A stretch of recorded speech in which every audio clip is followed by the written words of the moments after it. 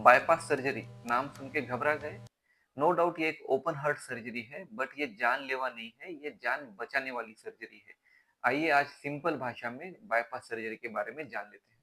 तो ये होता क्या है, जब दिल की नसों में 3 या फिर ज़्यादा ब्लॉकेजेस होते हैं या फिर मेजर नस में ब्लॉक होता है, तो बहुत बार एंजियोप्लास्टी वर्केबल या फिर फिजिबल नहीं होती। ऐसे केसेस में बायपास होता है। बायपास का मीनिंग है नया रास्ता बनाना। बायपास सर्जरी में क्या करते हैं, शरीर के दूसरे हिस्सों के जैसे छाती की, पैर की या फिर हाथों की नस निकाल के हार्ट में जहाँ पे भी ब्लॉकेजेस है, उसके ऊपरी हिस्से को और निचले हिस्से को जोड़ा जाता है, जिस वजह से ब्लॉक को बायपास करते हुए ब्लड फ्लो वापस से नॉर्मल होने लगता है।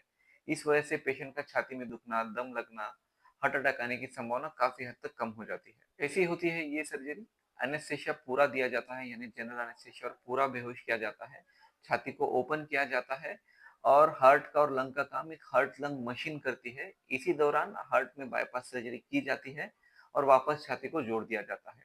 आईसीयू में 2 से 3 दिन रखते हैं और वार्ड में 4 से 5 दिन। टोटल हॉस्पिटल स्टे कुछ 7 से 8 दिन का होता है और 6 से 8 हफ्ते में आप नॉर्मल लाइफ शुरू कर सकते हैं और 3 महीने में तो आप कंप्लीटली फिट हो जाते हैं। सबसे इंपॉर्टेंट बात, ये रिस्की है क्या? तो इसमें सक्सेस रेट 95% से भी ज्यादा है। लेस देन 2% केसेस में कुछ मेजर कॉम्प्लिकेशंस होते हैं। भारत में हर साल 2 लाख से ज्यादा बाईपास सर्जरी की जाती है। याद रखिए, बाईपास सुनने में जरूर डरावना लगता है, बट ये जान बचाता है। बाईपास के बाद छाती में दुखना कम हो जाता है, हार्ट अटैक आने के चांसेस बहुत कम हो जाते हैं और अगर सब सही चल रहा हो तो 10 से 15 साल कोई देखने की जरूरत नहीं है।